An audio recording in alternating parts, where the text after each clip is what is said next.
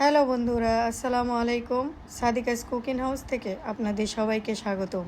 আজকে আমি নিয়ে এসেছি চিকেন শর্মা রেসিপি। এই চিকেন শর্মা দেখতে যেরকম সুন্দর, খেতেও অনেক জুসি। তো আর কথা না বাড়িয়ে চলুন শুরু করি তাড়াতাড়ি। এর জন্য প্রথমে আমি নিয়েছি 1 কাপ ময়দার আটা, 1 কাপ চালের গুঁড়ার আটা, 1 টেবিল চামচ ইস্ট, হাফ চা চামচ লবণ, 1 টেবিল চামচ সাদা তেল বা সয়াবিন তেল, যে যেটাই বলেন।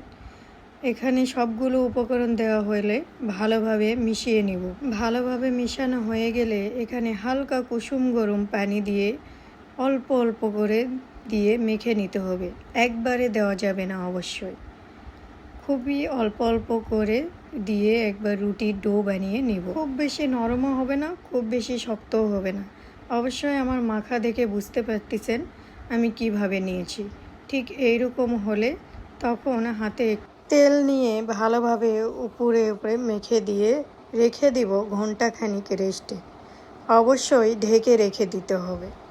আপনারা চাইলে র্যাপিং পেপার দিয়েও ঢেকে নিতে পারেন। তো চলুন এবার মাংস ম্যারিনেট করার পালা। এর জন্য প্রথমে আমি নিয়েছি লবণ হাফ চামচ, 1 টেবিল চামচ গুঁড়া মরিচ, হাফ টেবিল চামচ হলুদ গুঁড়ো, 1 টেবিল চামচ ধনে গুঁড়ো, 1 টেবিল চামচ গরম মশলা গুঁড়ো, আর দিয়ে দিচ্ছি গুঁড়ো দুধ। গুঁড়ো দুধের পরিবর্তে আপনারা টক দইও দিতে পারেন। যেহেতু আমার টক দই নেই, এই জন্যে দিয়ে দিব গুঁড়ো দুধ, আর সাথে দিয়ে দিব ভিনেগার 1 টেবিল চামচ পরিমাণ। সবগুলো উপকরণ দেওয়া হয়ে গেলে ভালোভাবে মেখে রেখে দিব 1 ঘন্টার মতো রেস্টে। এখানে আমি আদা রসুন বাটা দেওয়া ভুলে গিয়েছি, তাই এখন দিয়েছি। এটা আগে দিলেও হবে। আপনারা সবগুলো একসাথে দিয়ে এভাবে ভালোভাবে মেখে রেখে দিবেন 1 ঘন্টার মতো। আমি এখানে 2 ঘন্টা আটা মেখে ঢেকে রেখেছিলাম, সেটা এখন ভালোভাবে মেখে নিব। দেখুন আমার আটাটা অনেক সুন্দর সফট এবং নরম হয়েছে। তো এখন একটা রুটি বানিয়ে নিয়েছি। সাধারণত আপনারা যেভাবে পরোটা বা রুটি বানান ঠিক সেইভাবেই বানিয়ে নেবেন। অবশ্য বেশি পাতলাও না, বেশি মোটাও না, মিডিয়াম সাইজ করে রুটি বানিয়ে ফেলবো। এবার রুটিটা ভেজে নেওয়ার পালা। এর জন্যে আমি চুলায় একটা প্যান বসিয়ে নিয়েছি। হালকা তাপ দিয়ে ভেজে নিতে হবে, খুবই আস্তে আস্তে উল্টো পাল্টো করে ভেজে নিয়ে দেখেন আমার তান্দুরি রুটিটা অনেক সুন্দর ফুলে গিয়েছে। এভাবে আমি সবগুলো রুটিগুলো ভেজে নিব। তো আমার সবগুলো রুটি ভাজা শেষ। এখন পালা মুরগির মাংসের জন্য চুলায় একটি হাঁড়ি বসিয়ে দিই।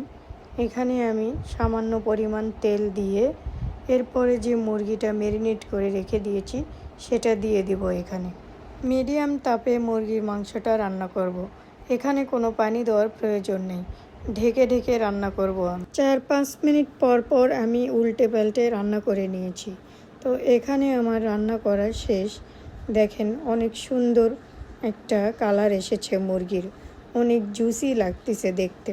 তো এরকম পর্যায়ে আমি এটা নামিয়ে ফেলব। মুরগির মাংস ঠান্ডা করে এরকম ছোট ছোট টুকরো করে নিয়েছি। এরপর একটা তান্দুরি রুটি নিয়েছি, সেখানে মেয়োনিজ দিয়ে ভালোভাবে মেখে নিই। এখানে আমি মেয়োনিজ বানানো দেখালাম না, কারণ ভিডিওটা অনেক বড় হয়ে যাবে। তো আপনারা যদি মেয়োনিজের ভিডিও দেখতে চান তো আমার চ্যানেলটি ঘুরে আসবেন, তাহলেই পেয়ে যাবেন। আমি একটু বেশি করে মেয়োনিজ দিয়েছি। এরপর যে মুরগির মাংস টুকরো করে নিয়েছিলাম সেইগুলো দিয়ে দিচ্ছি। এরপর দিয়ে দিব শসা, এরপর দিয়ে দিব গাজর কুচি। আমি সব শসা, গাজর, টমেটো সব আগে কুচি করে রেখেছি, সেটা আর দেখাইনি। আপনারা এভাবে ছোট ছোট কুচি কুচি করে নিয়ে নেবেন। চিকেন শর্মাটা আরও জুসি লাগার জন্য এইরকম মেয়োনিজ উপরে আরও একবার দিয়ে দিব, তাহলে খেতে অনেক মজা লাগে। সবগুলো এইভাবে দিয়ে নিয়ে আমি ভালোভাবে টুথপিক দিয়ে মুড়ে নিয়ে নেব। আগের যে চিকেন শর্মাটা মুড়ানো দেখিয়েছিলাম সেটা মনে হয় স্কিপ হয়ে গিয়েছে, এই জন্য পরের বার আবার দেখালাম। তো আমার এই চিকেন শর্মাটা বানানো শেষ, এবার খাওয়ার পালা। তো যারা যারা এরকম চিকেন শর্মা খেতে চান তো তারা আমার কমেন্ট বক্সে লিখে দেন। বিশ্বাস করেন এই চিকেন শর্মা খেতে এত মজা ও এত জুসি হয়েছে যা বলার মতো নেই।